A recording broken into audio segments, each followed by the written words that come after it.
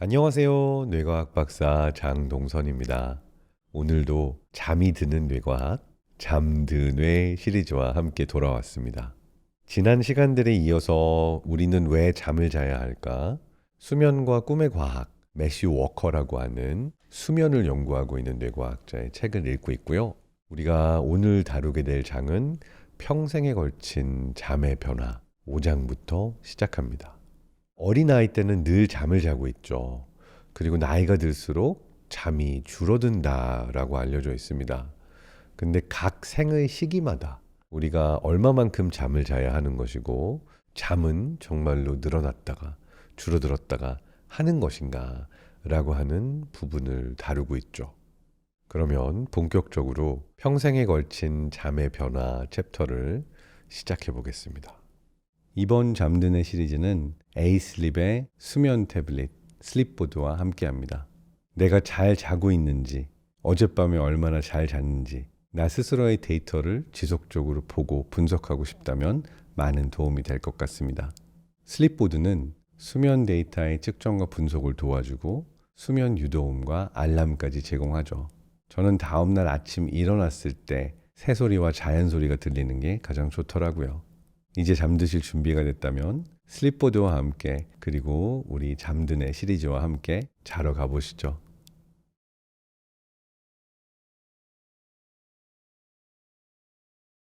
갓 태어난 아기의 부모는 엄마 뱃속의 태아에게 말을 걸거나 노래를 불러주었을 때 아기가 발길질을 하거나 꿈틀거리면 뭉클한 감동을 느끼곤 한다. 비록 그런 부모에게는 결코 말해서는 안 되겠지만 태아는 깊이 잠들어 있을 가능성이 높다. 태어나기 전에 사람 아기는 거의 대부분의 시간을 잠자는 것과 비슷한 상태로 보낼 것이다. 그리고 그 상태 중 대부분은 렘 수면 상태와 비슷하다. 그러니 자고 있는 태아는 움직이게 하려고 애쓰는 부모의 노력을 알아차리지 못한다. 그리고 그런 때 엄마가 태아의 팔다리가 움직이는 것을 느낀다면 그것은 렘 수면의 전형적인 특징인 뇌활동이 무작위로 솟구침으로써 나타나는 현상일 가능성이 매우 높다. 어른들은 밤에 비슷한 발차기 같은 움직임을 일으키지 않는다. 아니, 일으키지 말아야 한다. 렘 수면에 몸을 마비시키는 장치가 그런 움직임을 억제하기 때문이다. 우리가 잠을 잘 때는 렘 수면과 비렘 수면의 주기가 나뉜다라고 했잖아요.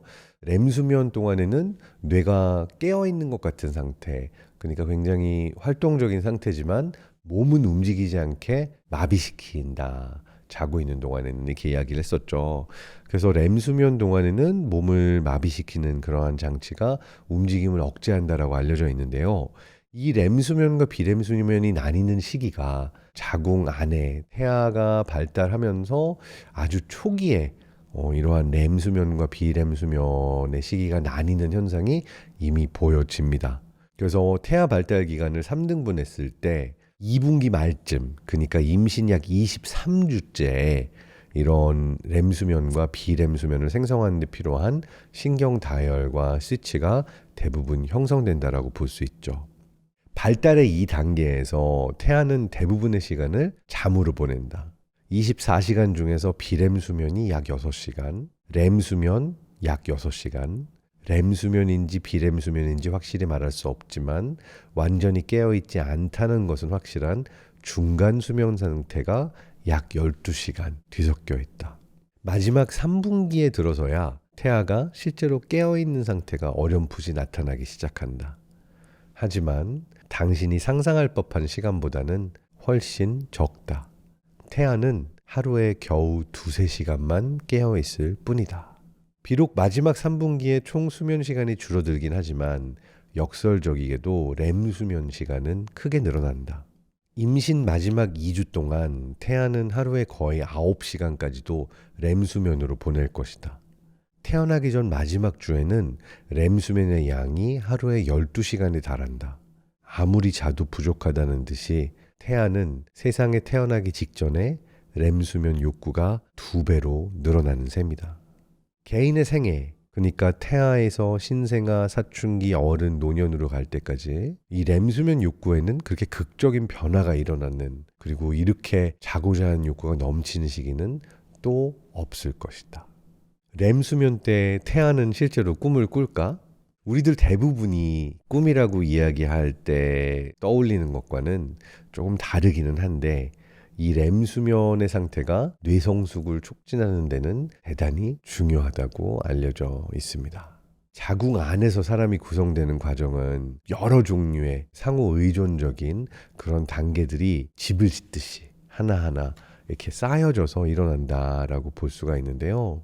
집을 지을 때도 먼저 토대를 깔고 벽을 세우고 그 다음에 나중에 지붕이 지어지는 것처럼 우리 몸이 엄마 뱃속에서 구성이 될 때도 여러 단계를 거쳐서 구성이 되는데 이때 뇌 발달은 마치 지붕이 얹어지는 것처럼 가장 마지막에 구성되는 것에 속한다라고 합니다. 뇌와 그 구성 부분들의 세세한 측면들은 태아 발달의 2분기와 3분기 때 빠르게 형성된다. 렘 수면의 양이 대폭 늘어나는 바로 그 시기다. 이는 결코 우연의 일치가 아니다. 렘 수면은 우리가 태아의 발달 시기 마지막에 뇌의 여러 기능들이 형성이 되면서 굉장히 중요한 역할을 한다고 하는데요. 무엇보다 이 시기에 만들어지는 것이 시냅스가 생겨난다라고 하는 시기예요. 신경세포와 신경세포 사이의 공간을 우리는 시냅스라고 하는데 이 시냅스가 형성되기 위해서도 신경세포들 사이에서 굉장히 많은 연결들이 그리고 화학적인 변화가 일어나야 하는데 이것이 일어나는 시기가 바로 태아의 발달 마지막 단계 이때 집중적으로 일어난다라고 알려져 있습니다. 생각, 기억, 느낌, 결정, 행동을 맡을 신경고속도로와 주변 도로를 건설하는 이 신경건축이라고 부를 수도 있는 엄청난 과제를 맡았기에 렘 수면이 생애 초기 발달 단계의 전부까지는 아니라고 해도 대부분을 차지하는 것은 결코 놀랍지 않다. 사실 이 점에서는 다른 모든 포유동물도 비슷한데 삶에서 렘 수면이 최대에 달하는 시기는 뇌에서 가장 많은 건설이 이루어지는 시기이기도 하다. 여기에서 일단 우리가 살펴보고 있는 것은 뇌가 형성되어지는 시기가 언제인가라고 하는 것을 태아의 발달에서 보고 있고요. 태아의 발달에 있어서 우리가 임신 전기, 중기, 후기로 나누면 임신 후기에 태아의 뇌가 집중적으로 발달되는 시기라고 볼 수 있고 이때 태아는 렘 수면과 비슷한 상태를 경험하고 있다라고 얘기를 하고 있어요. 뿐만 아니라 이 태어나기 직전에 렘 수면을 많이 하고 있는 시기 그리고 태아가 태어나고 나서도 처음 몇 주 동안은 굉장히 잠을 많이 자죠. 이때도 렘 수면을 경험하고 있는데 이 렘 수면의 단계에서 뇌에 꼭 필요한 여러 구성 요소들이 형성되고 있다. 그러니까 겉보기에는 자고 있는 것처럼 보이지만 뇌 안에서는 굉장히 많은 일들이 일어나고 있다. 이렇게 얘기를 하고 있는 거예요. 자, 이 다음부터는 굉장히 좀 논란적인 연구들이 많이 나옵니다. 어떻게 보면 잔인하기도 하고 좀 논란이 많은 연구인데요.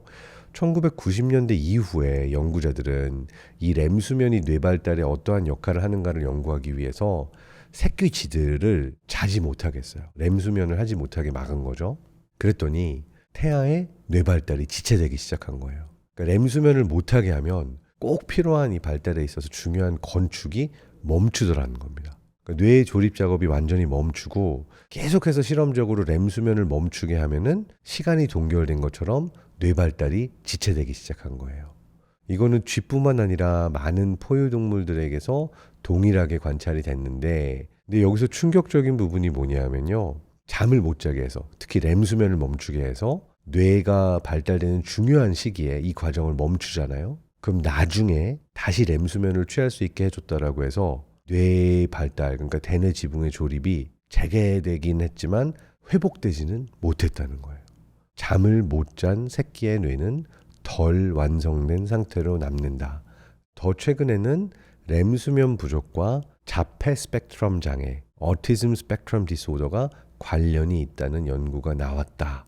그러니까 우리가 일반적으로는 쉽게 자폐증이라고 이야기하고 있는 ASD, 그러니까 자폐 스펙트럼 장애라는 것이 렘 수면 부족과 관계가 있다라고 한 이야기를 하고 있는 거죠.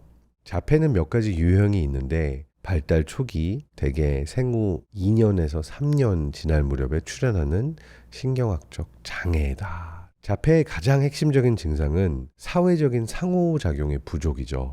자폐증이 있는 사람들은 다른 이들과 쉽게 또는 사람들이 일반적으로 생각하는 방식으로 의사소통을 하거나 교류하지 못한다라고 합니다. 자폐의 원인이 무엇인지 우리는 아직 제대로 알지 못하지만 초기 발달 단계 때 시냅스의 형성과 수측면에서 뇌의 부적절한 배선이 그 장애의 핵심에 놓여 있는 듯하다. 보통 자폐가 있는 사람들에게서 보여지는 불균형이 있는데 바로 시냅스 연결의 불균형이라고 얘기를 하기도 하고, 이 부분은 뇌의 어떤 영역에서는 연결이 지나치게 많이 이루어졌지만 다른 영역에서는 부족하기 때문에 이런 불균형이 있다라고 얘기를 하는 겁니다. 과학자들은 자폐가 있는 이들의 잠이 비전형적인지 조사하기 시작했다. 실제로 그렇다고 밝혀졌다. 자폐 징후를 보이거나 자폐 진단을 받은 아기와 어린이는 잠의 패턴과 양이 정상적이지 않다. 자폐아는 비자폐아에 비해 하루 주기 리듬도 더 약하고 멜라토닌 농도가 밤에 치솟았다가 낮 동안에 빠르게 떨어지는 대신 24시간에 걸쳐서 더 평탄한 양상을 보인다. 생물학적으로 말해서 마치 자폐가 있는 이들에게는 낮과 밤이 각각 덜 밝고 덜 컴컴한 것과 같다. 그 결과 안정적으로 깨고 깊이 잠드는 일이 일어나야 할 때 신호가 더 약하다. 아마 그와 관련이 있어서겠지만 자폐아가 생성할 수 있는 잠의 총량은 비자폐아보다 적다. 하지만 가장 두드러진 점은 렘 수면이 상당히 부족하다는 것이다. 자폐아는 그렇지 않은 아이보다 렘 수면의 양이 30에서 50% 정도 적다. 렘 수면이 발달하는 뇌 내에서 균형 잡힌 시냅스 연결이 이루어지도록 하는데 어떤 역할을 하는지 생각할 때 렘 수면 결핍이 자폐의 기여 요인인지 여부를 알아내는 것이 현재는 학계의 큰 관심사가 되어 있다. 자폐증과 잠, 그리고 특히 렘 수면의 관계를 얘기하고 있는데요.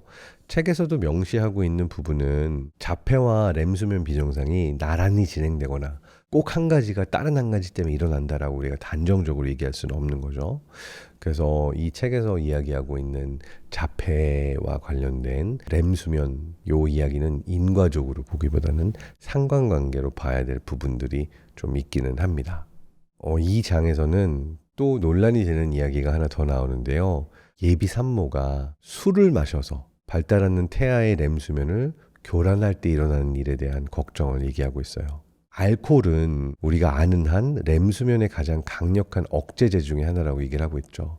술을 마시고 잔 다음에는 꿈을 꾸거나 하는 이 렘 수면의 시간이 줄어든다라고 알려져 있습니다. 그러니까 술 마시고 나서는 엄청 깊이 잠들었다라고 하는데 이게 이제 비렘 수면의 시간이 조금 더 길어지는 거고, 그러다 보니까 정상적인 수면의 주기를 술을 마시고 잠들었을 때는 경험할 수가 없죠. 그런데 임신을 한 엄마의 경우에는 알코올의 영향이 본인의 뇌에게만 가는 것이 아니라 내 뱃속에 데리고 있는 아이의 뇌에게도 가기 때문에 이러한 부분이 위험할 수 있다라는 얘기를 책에서는 하고 있습니다. 엄마가 마신 알코올은 태반 장벽을 쉽게 통과하며 따라서 자라는 태아에 쉽게 들어간다. 이 점을 알아차리자 과학자들은 먼저 극단적인 시나리오를 조사했다. 임신 때 알코올 중독자였거나 폭음을 했던 엄마들을 조사했다. 그리고 아기가 태어난 직후에 머리에 전극을 붙여서 신생아들의 수면 양상을 조사했다. 폭음을 하는 엄마의 신생아는 임신기에 술을 마시지 않는 엄마에게서 태어난 비슷한 연령의 아기보다 렘 수면의 활성도가 훨씬 약했다. 자, 그래서 알코올을 많이 섭취한 엄마들의 아기는 태어난 이후에도 렘 수면 시간이 뚜렷이 줄었다라고 하는 이야기가 있고요. 그리고 심지어는 임신 기간뿐만이 아니라 수유 기간에 엄마가 알코올을 섭취했을 때도 비슷한 효과가 아기에게서 발견이 됐습니다.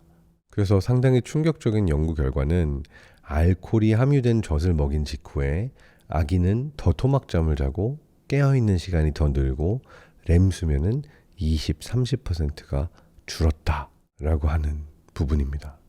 이 모든 연구로부터 나온 결론은 렘 수면이 인간 삶의 초기에 선택이 아니라 필수 사항이라는 것이다. 렘 수면의 매 시간이 중요한 듯하다. 신생아가 렘 수면을 빼앗겼을 때 되찾기 위해서 필사적으로 애쓴다는 점 역시도 명백히 드러난다.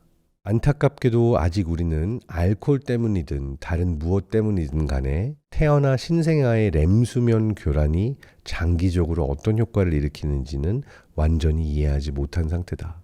갓 태어난 동물의 렘수면을 차단하거나 줄이면 뇌 발달이 억제되거나 왜곡됨으로써 자랐을 때 사회적으로 비정상이 된다는 것만을 알고 있을 뿐이다. 그래서 엄마 뱃속에서 아기는, 그리고 태어난 직후에 갓난아기는 렘수면의 시간이 아주 많이 필요하다라는 걸 알 수 있었고요. 이 시간 동안 보이지 않는 두개골 안에, 뇌 안에서는 굉장히 많은 일들이 일어나고 있고 우리가 평생 동안 사용해야 될 중요한 구조가 만들어지고 있는 중이죠. 이제 유년기의 잠을 이야기해보면 부모의 괴로움이 늘어나기 시작합니다. 왜냐하면 어른들처럼 하루에 쭉 7, 8시간을 자고 그리고 깨어나서 일하고 다시 자고 이러한 형태의 수면 패턴이 어린아이들에게서는 관찰되지 않거든요. 어린아이들은 다상 수면 패턴을 보여주는데 중간에 수없이 깨고 때로 소리를 내면서 밤낮으로 짧은 잠을 여러 차례 자는 시기가 오는 거죠. 보통은 태어나서 6개월 정도 될 때까지 부모가 많이 힘들어합니다. 저도 두 아이를 재우면서 많이 느꼈는데 아마 여러분이 온라인에서도 많이 봤을 영상들 중에는 아기를 재우려고 하다가 부모가 앉기만 하면, 눕기만 하면, 편한 자세를 취하기만 하면 아기가 깨는 그런 영상을 많이 봤을 텐데요. 실제로 매일 밤 계속 깨는 어린아이를 둔 부모의 입장에는 정말 만성적인 수면 부족이 오기도 하고 그렇기 때문에 짜증도 늘어나고 분노하거나 화나거나 슬픈 어떤 감정을 제어하기가 어려워하는 그러한 시기가 되기도 하죠. 그래서 전 세계 많은 동화 작가들 그리고 코미디언들조차도 이렇게 아이들이 쉽게 잠들지 않고 잤다 깼다를 반복하는 시기에 부모가 겪는 어려움에 대한 그러한 콘텐츠를 많이 내고 있습니다. 태어나자마자 몇 달 안 된 아이들이 잠자는 패턴을 학습하기까지 오래 걸리는 이유는 바로 우리 뇌 안에서 잠의 생체 주기라고 하는 것이 만들어지는 시기가 대략 생후 3, 4개월이 지난 후부터이기 때문입니다. 그러니까 그 이전까지는 하루 주기 리듬에 통제되는 징후들이 아이들에게서는 나타나지 않는 거죠. 우리가 앞에서 봤던 것처럼 식욕차 상액이 서서히 햇빛이나 기온 변화, 음식과 관련된 반복된 신호들에 연동되기 시작하면서야 우리 안에서 좀 더 강하게 하루 주기 리듬이라는 것이 생겨나게 되는 거죠. 보통은 아이가 이제 4개월에서 6개월 정도 돼서 뇌 안에 이런 주기 리듬이 생기기 시작하면 자는 시간과 깨어있는 시간이 조금 더 예측 가능하게 주기적으로 변하기 시작하고 이때부터 부모들도 드디어 잠을 잘 잘 수 있게 됩니다. 아기가 첫 돌을 맞이할 즈음이면 아기의 식욕차 상액 시계는 하루 주기 리듬의 고삐의 메인 상태가 된다. 그러니까 쉽게 이야기하자면 아기가 낮에 몇 차례 낮잠을 자긴 하지만 더 많은 시간을 깨어있게 되고 밤에는 정말 고맙게도 쭉 더 많이 잠을 자게 된다라고 하는 것이죠. 이게 이제 아이의 첫 돌, 그러니까 처음 12개월이 지나기 시작하면서 이런 패턴이 자리 잡기 시작하고 만 4세쯤 되면 하루 주기 리듬은 아이의 수면 행동을 결정하는 주된 역할을 하게 되면서 밤에는 깨지 않고 쭉 자고 낮에는 한 차례 정도만 낮잠을 자면 되는 패턴으로 가게 됩니다. 그래서 이 시기를 아이가 다상 수면 패턴에서 이상 수면 패턴으로 나아가는 시기라고 얘기하기도 하죠. 아이가 언제 깨어있고 언제 자고 있는지를 보는 부모의 입장에서는 이렇게 아이가 잠자는 패턴이 주기화되는 것 자체가 매우 감사한 일이라고 볼 수가 있는데요. 사실 자고 있는 시간 안에서도 렘 수면과 비렘 수면의 비율이 변합니다. 생후 6개월 된 아기는 총 14시간 정도를 자게 되는데 이 안에서 비렘 수면과 렘 수면의 시간은 얼추 비슷합니다. 대략 50대 50이라고 할 수 있는데 아이가 이제 만 5세 정도가 되면 자는 시간은 줄어들어서 총 11시간을 자게 되는데 이 안에서 비렘 수면과 렘 수면의 비율은 70대 30 정도가 된다라고 할 수 있어요. 그러니까 유년기 초에 렘 수면의 시간은 훨씬 길다가 이제 유년기 말로 가면서 렘 수면의 비율은 점점 줄어든다라고 볼 수가 있죠. 그래서 렘 수면과 비렘 수면의 비율은 10대 말이 될 때까지 점점 렘 수면의 시간이 줄어드는 패턴으로 가게 되는데요. 사춘기를 어느 정도 지나서 10대 말이 되면 그 비율은 비렘 수면 80, 렘 수면 20 정도의 패턴으로 자리 잡게 되고 성년기 중반까지는 그 상태를 얼추 유지하게 됩니다.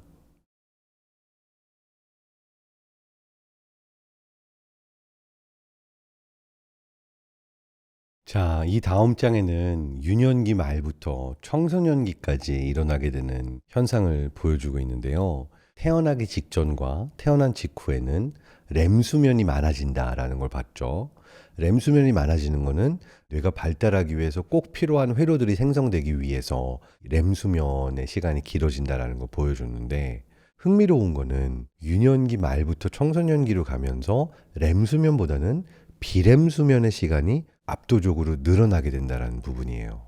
이 부분은 이렇게 이해할 수 있어요. 처음에는 선을 무조건 많이 까는 게 중요합니다. 그러니까 회로가 많아야 되고 길을 많이 이렇게 만들어 놔야 되는데 우리가 길을 만들다 보면 알게 되죠.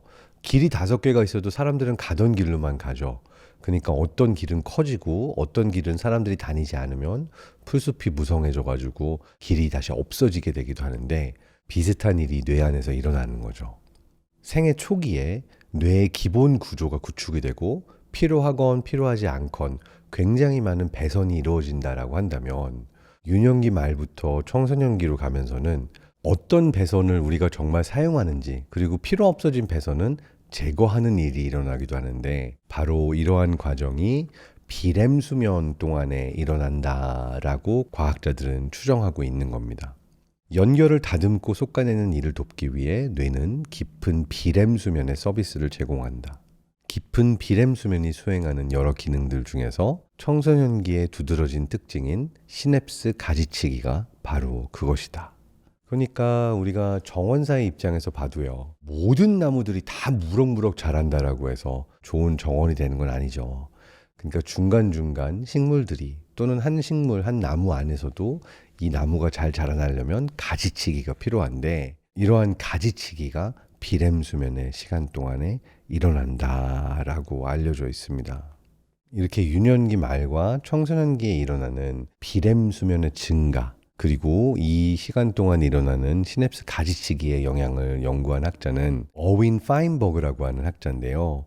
이 학자는 6세에서 8세 아이들을 모아서 머리 전체에 전극을 붙인 다음에 수면 양상을 기록한 일을 시작했어요. 그리고 6개월 또는 1년 단위로 아이들을 연구실로 다시 불러서 수면 양상을 측정했죠. 어빈 파인버그는 이 일을 무려 10년 동안 계속했고 3,500건이 넘는 수면 기록을 얻을 수 있었습니다.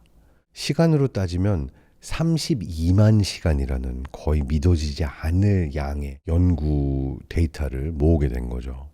그래서 파인버그는 아이가 청소년기를 거쳐서 성년기에 이르기까지 종종 서툰 모습을 보이면서 변화를 거칠 때 깊은 수면의 세기가 뇌발달의 단계들에 발맞추어서 어떻게 변하는지를 보여주는 일종의 스냅 사진을 얻게 된 거죠. 파인버그는 뇌에서 연결을 늘리는 쪽으로 발달이 진행이 되다가 다시 솎아내기를 하는 쪽으로 발달 양상이 바뀐다라고 하는 것을 보여줬고요. 무엇보다도 이 솎아내기를 하는 과정은 청소년기라는 시기에 많이 드러났고 깊은 비렘 수면이 청소년기에 이러한 뇌의 마지막 마감 공사와 정밀 검사를 수행함에 따라서 인지기능, 추론, 비판적 사고 이러한 것들이 나아지는데 큰 역할을 했다라는 것을 보여주기도 했습니다. 파인버그는 또 한 가지 선구적인 발견을 했다. 머리에 붙인 각 전극이 기록된 깊은 수면 세기의 변화를 시간의 흐름에 따라 살펴보니 동일하지가 않았다. 이 성숙의 증감 양상이 항상 뇌 뒤쪽에서 시작이 되고 시각과 공간 지각을 처리하는 영역에서 시작이 돼서 청소년기가 진행됨에 따라서 점점 더 수면 세기의 변화 양상이 뇌 앞쪽으로 나아가면서 진행된다라고 하는 것을 보여줬어요. 그러니까 청소년기가 지나가면서 뇌 효율화라고 하는 과정이 결국은 전두엽 쪽에서 끝난다라는 걸 보여줬고, 이것이 바로 합리적인 사고와 중요한 의사결정을 할 수 있는 영역의 발달이 청소년기를 거쳐가면서 뇌가 비렘 수면의 시기와 또 속가내기의 과정이 합쳐지면서 뇌 전두엽 발달에도 이러한 것이 영향을 끼친다라는 것을 보여준 것이죠. 그래서 청소년기라고 하는 발달 시기에 뇌의 뒤쪽은 성인과 거의 비슷하지만 뇌의 앞쪽은 어린 아이와 비슷한 상태로 남아있기도 하다라고 하는 것을 보여줬습니다. 그의 발견은 10대 청소년에게서 합리성이 왜 가장 나중에야 꽃을 피우는지 설명하는 데 도움이 되었다. 성숙을 가져오는 잠의 치료를 가장 마지막으로 받는 뇌의 영역이기 때문이다. 잠이 뇌를 성숙시키는 유일한 요인이 아니라는 것은 분명하지만 잠은 사고와 추론 능력이 성숙하도록 길을 닦는데 중요한 역할을 하는 것처럼 보인다. 파인버그의 연구를 말할 때면 전에 광고판에서 본 대형 보험회사의 광고가 떠오른다. 16세 청소년들은 왜 대부분 뇌에 빠진 부분이 있는 것처럼 운전할까요? 실제로 그러니까요. 전두엽에 있는 이 뇌의 틈새를 메우는 신경 성숙이 이루어지려면 깊은 잠 그리고 충분한 뇌의 발달 시간이 필요하다. 당신의 자녀들이 마침내 20대 중반에 도달하여서 보험료 할증이 줄어들 때면 잠에게 감사하기를. 비합리성이 줄어들고 다시금 합리적인 판단을 할 수 있는 사람이 되었다라는 이야기고, 그 보험료를 절약해 주는 것이 바로 잠이니까. 파인버그가 말한 깊은 잠의 세기와 뇌의 성숙의 관계는 전 세계 수많은 아동과 청소년 집단들에게서 관찰되어 왔다. 하지만 깊은 잠이 정말로 뇌 성숙에 필요한 신경 가지치기 서비스를 제공한다고 어떻게 확신할 수 있을까? 수면과 뇌 성숙 과정에서 일어나는 변화들이 그저 거의 같은 시기에 일어날 뿐 서로 무관할 수도 있지 않을까? 과학자들은 사람의 청소년기와 같은 시기에 있는 쥐와 고양이를 연구해서 답을 얻었다. 과학자들은 이 동물들에게서 깊은 잠을 빼앗았다. 그러자 뇌의 연결이 다듬어지는 성숙 과정이 중단되었다. 즉, 깊은 비렘 수면이 뇌를 건강한 성년기로 진입시키는 원인 역할을 한다는 것을 보여주었던 것이다. 또 한 가지 우려되는 것은 청소년기의 쥐에게 카페인을 투여하면 깊은 비렘 수면이 교란되고 그 결과 뇌 성숙의 다양한 척도들과 사회활동의 발달, 스스로 털고르기, 주변 환경 탐사 등 자기 주도적 학습의 척도들도 지체된다는 점이다. 청소년기의 쥐가 비렘 수면을 하지 못하도록 막았더니 이 쥐가 가지고 있는 사회활동, 발달, 스스로 털을 고르거나 아니면 주변 환경 탐사를 하는 이런 중요한 자기주도적인 학습을 할 수 있는 능력이 줄어들었다라고 볼 수 있는 거죠. 자, 이 장에서 수면 이야기를 하면서 또 좀 논쟁이 되고 있는 이야기를 하고 있는데요. 조현병, 양극성 장애, 우울증, ADHD 같은 정신장애 중 대부분은 유년기와 청소년기에 출현한다는 공통점이 있다라고 얘기를 하고 있고, 이 시기에 제대로 잠을 자지 못하면 이것이 정신질환이라는 문제에도 연결될 수 있다라고 하는 얘기를 하고 있는 거죠. 실제로 10대 청소년 수백 명을 대상으로 2달마다 뇌 영상을 촬영하고 신경 발달 양상을 연구한 논문이 있었는데요. 여기에서 조현병이 걸린 청소년들을 연구했을 때 공통적으로 뇌 발달에 있어서 문제가 있었던 것이 시냅스 가지치기와 관련된 뇌성숙 패턴의 비정상이었다라고 얘기를 하고 있고요. 우리가 본 것처럼 비렘 수면이 깨졌을 때, 비렘 수면을 충분히 하지 못했을 때 뇌에서의 이런 시냅스 가지치기가 잘 이루어지지 못했다라고 하는 것을 감안하면 어떤 상관관계를 부정하기는 어렵다라고 볼 수도 있겠습니다.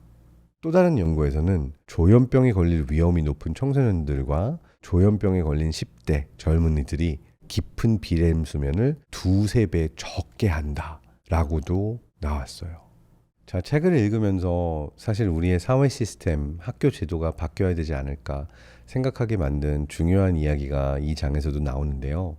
사실 저도 사춘기에 들어선 아들과 매일 아침 학교 가야지 일어나라고 하는 다툼을 하는 상태이기 때문에 더 공감이 되었던 부분입니다.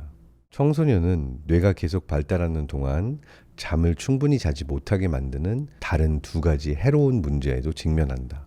첫 번째는 하루 주기 리듬의 변화다. 두 번째는 일찍 시작하는 학교 수업이다. 후자가 일으키는 해로우면서 목숨을 위협하기까지도 하는 효과는 뒤에서 다루기로 하자. 하지만 일찍 시작하는 학교 수업의 합병증은 첫 번째 문제와도 떼어낼 수 없이 연관되어 있다. 하루 주기 리듬의 변화와 맞물려 있다는 얘기다.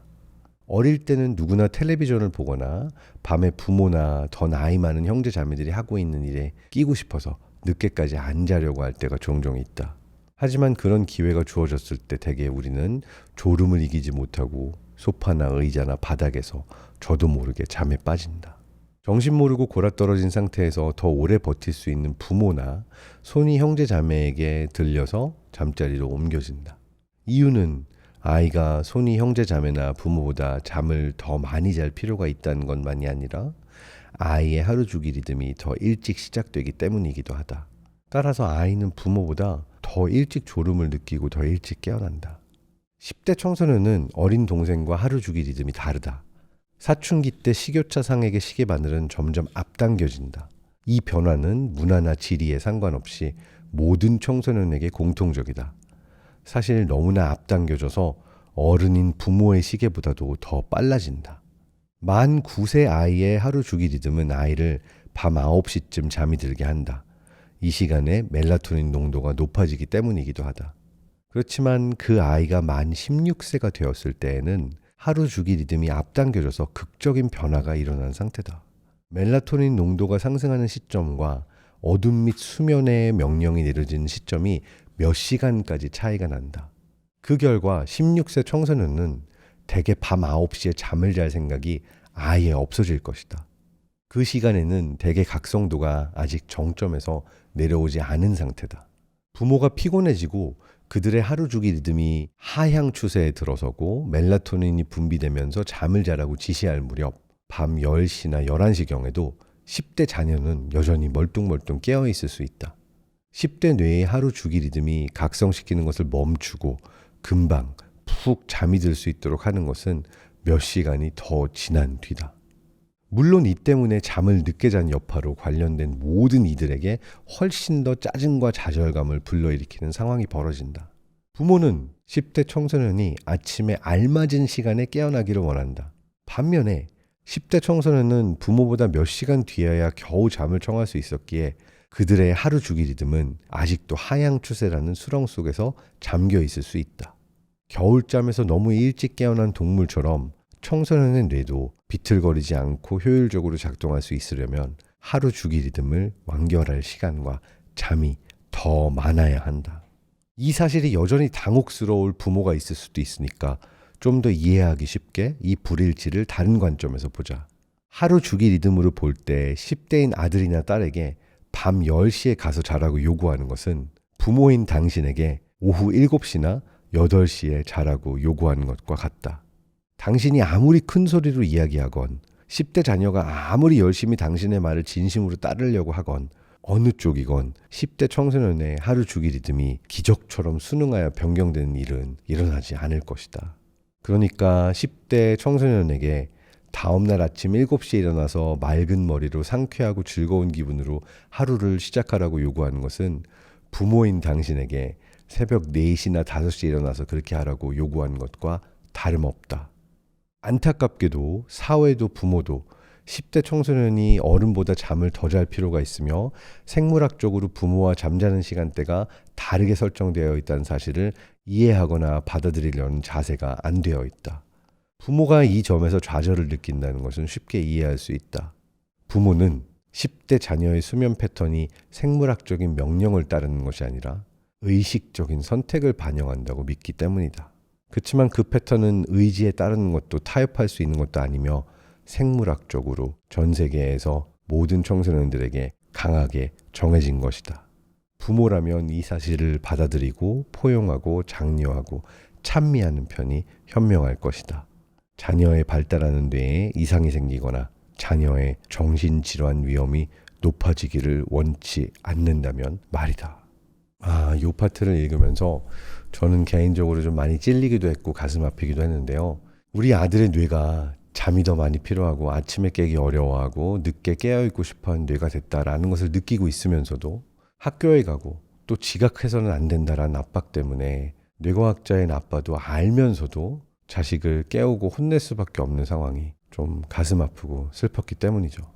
사실은 오늘 아침에도 아들한테 일어나지 않는다고 혼내고 나온 길이라서 이 이야기를 하는 저의 마음도 굉장히 무겁습니다.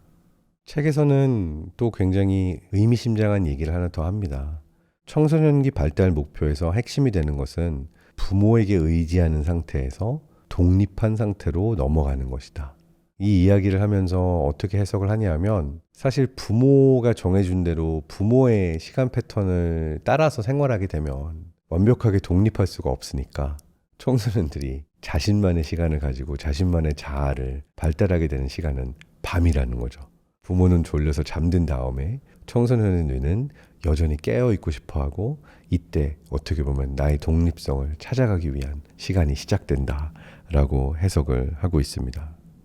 그래서 굉장히 강력하게 청소년 입장에서 잠이라는 것을 게으름의 징후라는 형태로 이야기하지 않고 아이들이 제대로 커갈 수 있기 위해서 독립적인 존재로 성장해 갈 수 있기 위해서 이들의 잠의 생물학적인 욕구를 우리가 인정할 필요가 있다라는 얘기를 하고 있는 것 같습니다.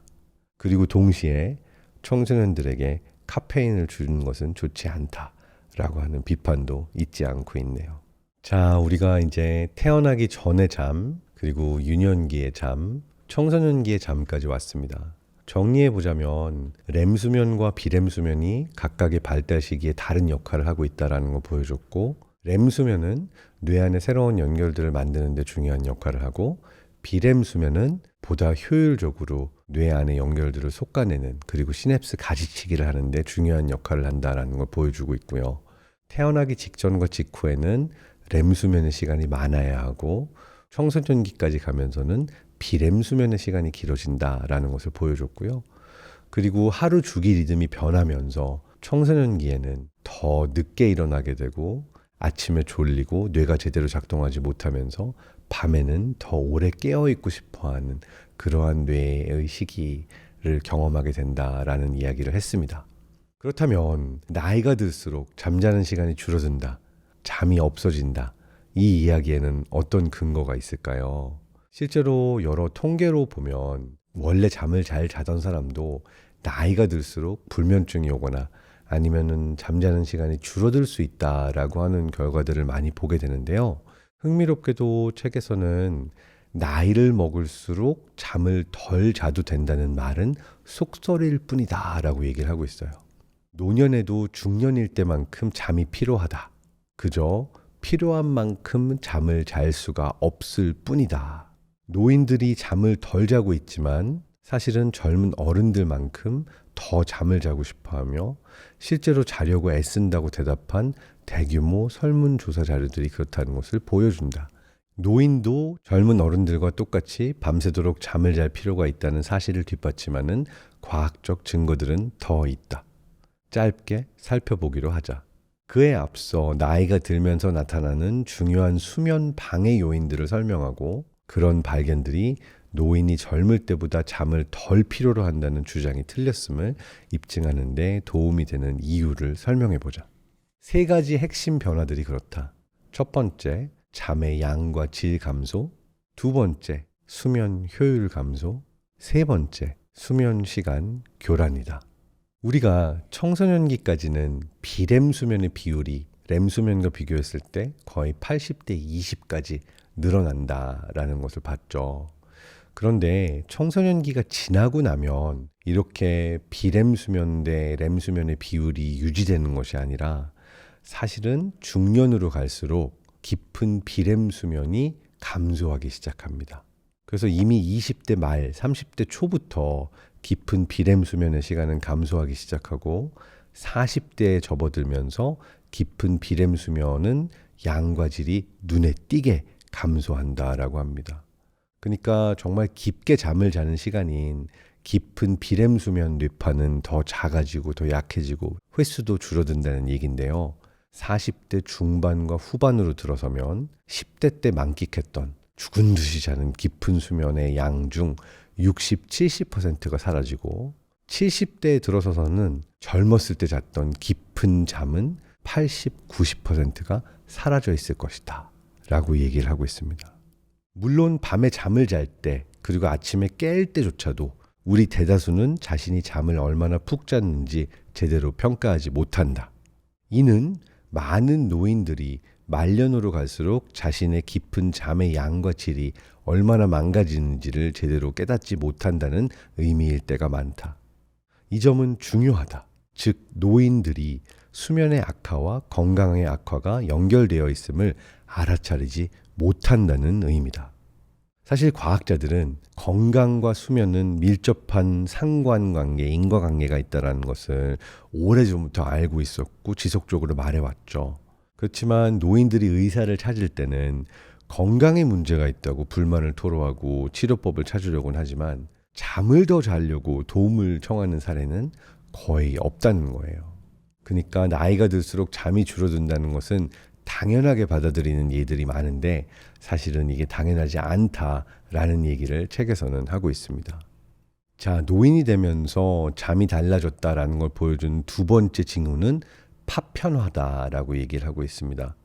나이를 먹을수록 우리는 밤새 더 자주 깨곤 한다. 약물과 질병의 상호작용을 포함하여 많은 원인들이 있지만 주된 원인은 약해진 방광이다. 그래서 노인들은 밤에 화장실을 더 자주 들락거린다. 늦은 저녁 시간과 깊은 밤에 음료를 줄이면 도움이 될 수 있지만 그 방법이 만병통치약은 아니다. 잠이 토막나기 때문에 노인들은 누워있는 시간 중 잠을 자는 시간의 비율로 정의되는 수면 효율 감소를 겪는다.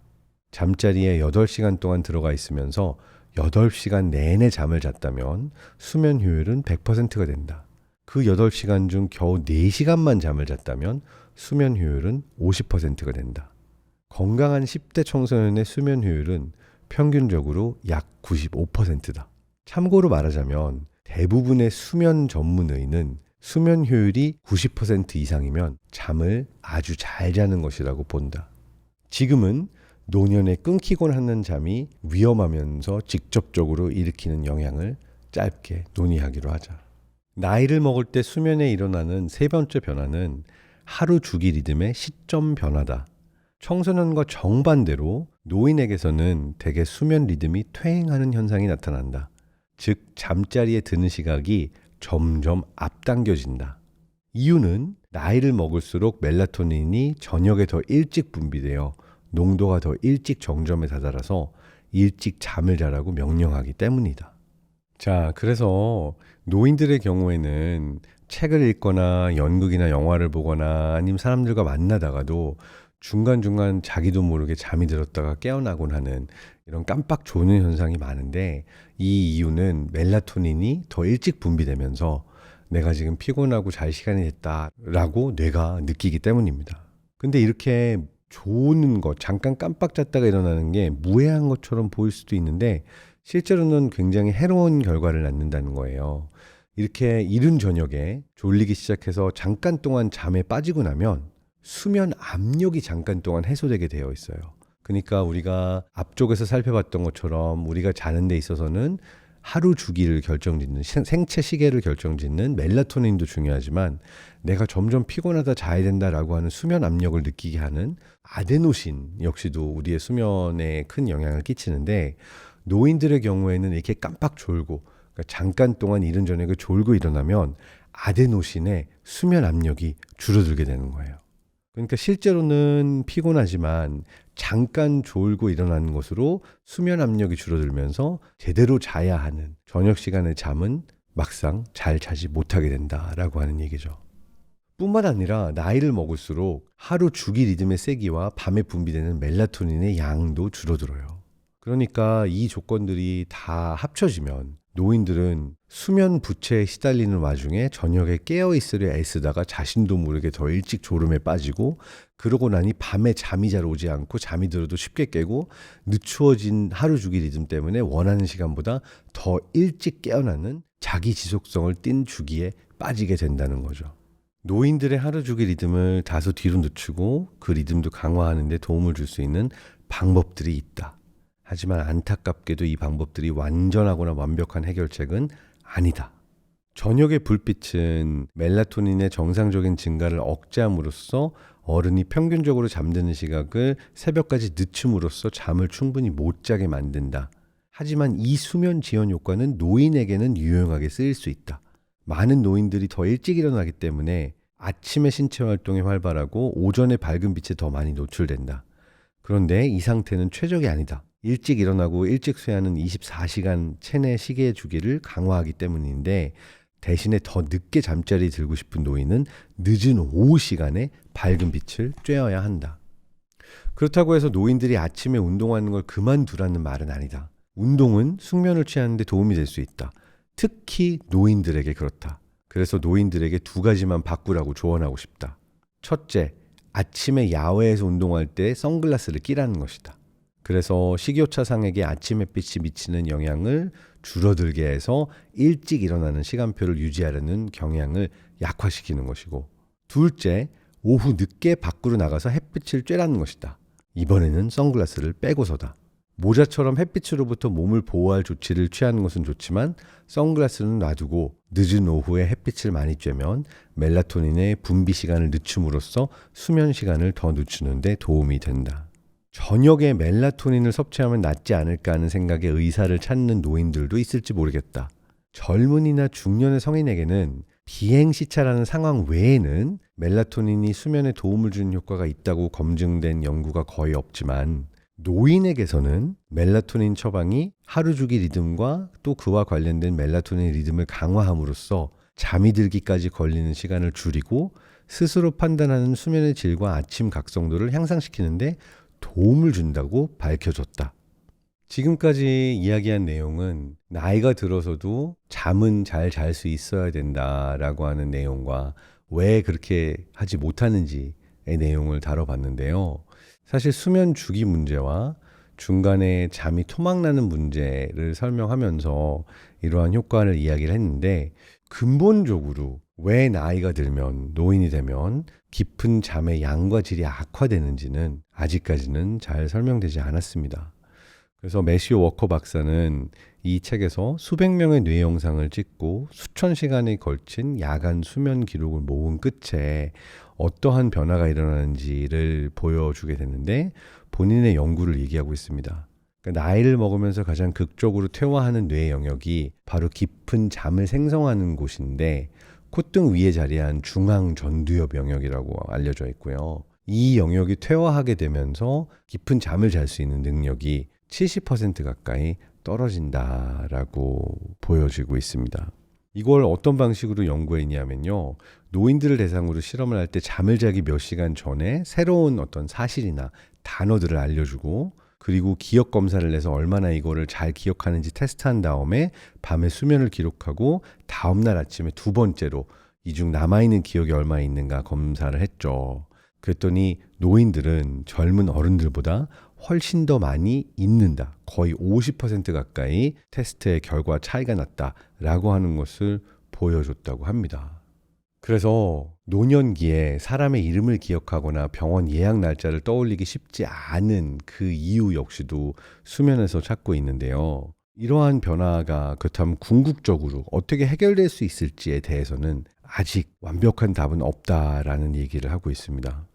자, 이 장에서는 노년기에 우리가 잠을 덜 필요로 한다라고 일반적으로 알려져 있었던 그 가설에 대해서 반론을 제기하면서 노년기가 돼서도 여전히 우리는 잠에 대한 필요가 있다라고 얘기를 하고 있죠. 그런데 사실 매튜 워커가 수면과학, 수면신경과학의 권위자긴 하지만 같은 연구를 하고 있는 다른 뇌과학자들이 모두 동의하는 건 아닙니다. 그러니까 많은 과학자들의 경우에는 실제로 노인들이 잠을 더 짧게 그리고 덜 자도 괜찮다라고 하는 이야기를 하고 있는데, 그 근거를 이 책에서도 얘기하고 있어요. 예를 들어서 노인들을 잠을 못 자게 했을 때 젊은 어른들에 비해서 어떤 과제 수행 능력이 떨어지는 정도가 훨씬 덜했다라고 하는 거죠. 그러니까 잠을 잘 못 자고 나면 어른들이나 청소년들은 굉장히 큰 어려움을 겪지만 노인들은 그러한 어려움이 별로 없기 때문에 다른 젊은 어른에 비해서 잠을 덜 필요로 하는 것이 아닐까 이렇게 얘기를 하는 연구들이 있는 거죠. 매튜 워커 박사는 여기에 이제 반론을 제기하는 게 이미 수행 능력이 바닥을 치고 있어서 더 떨어지지 않는 것일 뿐 영향을 덜 받는 건 아니다라고 얘기를 하고 있긴 하지만 이것은 과학자에 따라서 약간 해석의 차이가 있을 수는 있겠죠.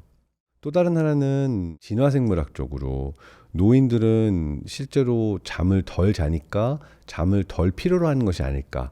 이것이 이제 전 세계적으로 거의 모든 나이대에 일어나는 현상이다 보니까 잠을 덜 자게 되는 이유들을 하나하나 분석해서 실제로는 잠이 더 필요하다라고 얘기할 수도 있겠지만 그냥 잠이 덜 필요하니까 덜 자는 거 아니야 라고 더 간단한 답을 낼 수도 있다라고 하는 과학자들이 가설이 있는데 이 부분은 사실 매튜 워커의 좀 새로운 가설에서 완벽하게 답하고 있지는 못하죠.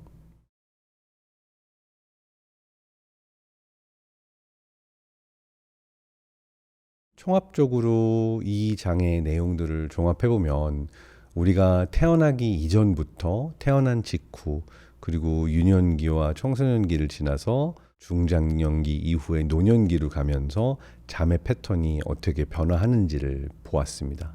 흥미로운 거는 잠이 어떻게 변화하는가를 보게 되면 우리가 새로운 것을 배우는 것도 중요하지만 이미 만들어진 연결들을 어떠한 형태로 효율화하는가 그러니까 속가내기를 하고 망각이라는 과정, 잊는 것이 얼마나 중요할 수도 있는가의 이야기가 같이 담겨 있고 그리고 무엇보다도 각 시기마다 잠을 자는 패턴이 다를 수 있다라는 것을 우리가 사회적으로 받아들일 필요가 있다라고 하는 주장이 책에 많이 나왔던 것 같아요. 그러니까 어린 아기들은 진짜 많이 자도록 하고 청소년기에는 오히려 그들이 필요로 하는 잠의 패턴을 우리가 주고 있지 못한데 늦게 일어나고 늦게 자는 것을 인정해 주는 것이 뇌의 건강을 위해서는 필요할 수도 있다라는 얘기를 하고 있고 노년기의 잠에 대해서는 잠이 줄어드는 것이 아니라 사실은 잠을 잘 수 있는 상황이 안 만들어지는 것이 아닐까라고 한 얘기를 하면서 잠을 늘려주게 되면 여기서부터는 저의 상상이긴 합니다만 노화를 늦춰줄 수도 있지 않을까.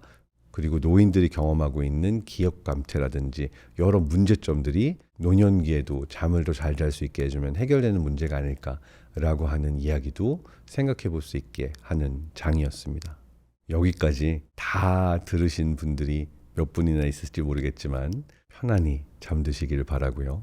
이미 주무시고 계시다면 꿈속에서 저의 이야기를 잘 들으셨기를 바랍니다. 오늘 이 장은 마치고 다음 장으로 다음 시간에 돌아오도록 하겠습니다. 잘 자요.